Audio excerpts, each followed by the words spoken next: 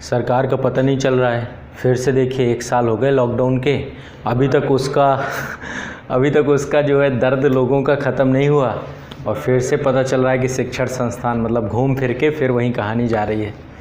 तो अब चीज़ें समझ में नहीं आ रही कि किस डायरेक्शन में जाया जाए, क्या किया जाए, क्या नहीं किया जाए। और मज़दूर वर्ग तो बेचारा पहले ही परेशान था, समझिए। तो पता नहीं चलता। मुझे लगता है कि गवर्नमेंट को चाहिए कि पहले पिछले लॉकडाउन का बेनिफिट बताए कि उसका बेनिफिट हुआ क्या था, उसका रिजल्टेंट कुछ अच्छा निकल के आया था कि नहीं निकल के आया था।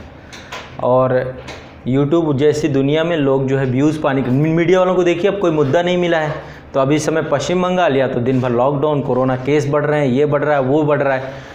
मुझे तो ये नहीं समझ में आता कि ऐसी कौन सी अवधि आई थी जिस अवधि में बहुत तेज़ी से केस गिरे थे। कोई ऐसी अवधि आई नहीं थी, या लॉकडाउन कम करने से कोई केसेस गिरे थे।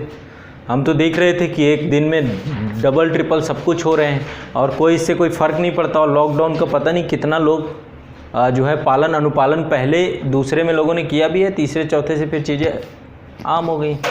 तो समझ में नहीं आ रहा है चीज़ें किस तरीके से चलाई जाएँ। मतलब 1 साल तो बच्चों की पढ़ाई पूरी तरीके से ध्वस्त हो चुकी है।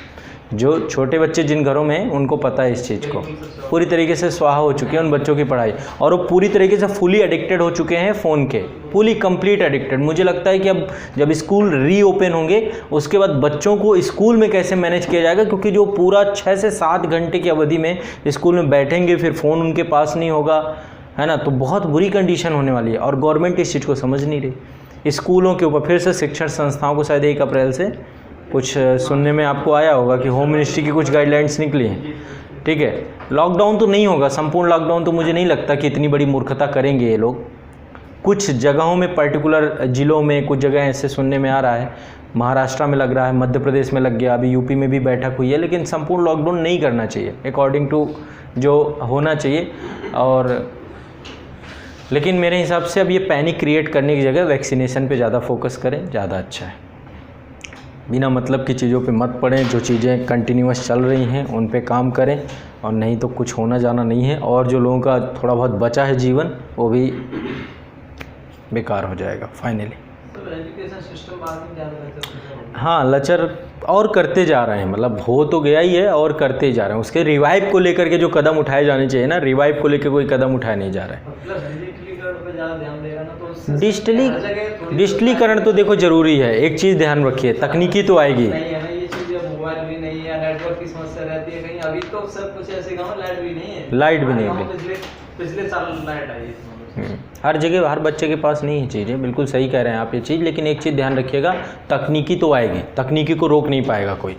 उसका प्रवेश 100% होना है, हर क्षेत्र में आएगी तकनीकी। लेकिन मुद्दा बस इस बात का है कि जो ये फिर से वही एक तरीके से मैं कहूँ कि अब ये ड्रामाबाजी से ज़्यादा कुछ नहीं है।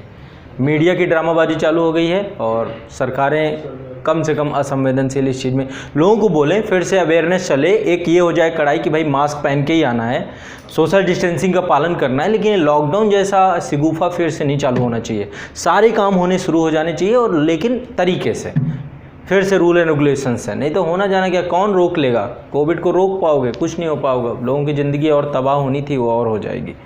तो ऐसे में चलिए हम लोग अपना कंटिन्यू रखते हैं, चीज़ें देखेंगे जो परिस्थिति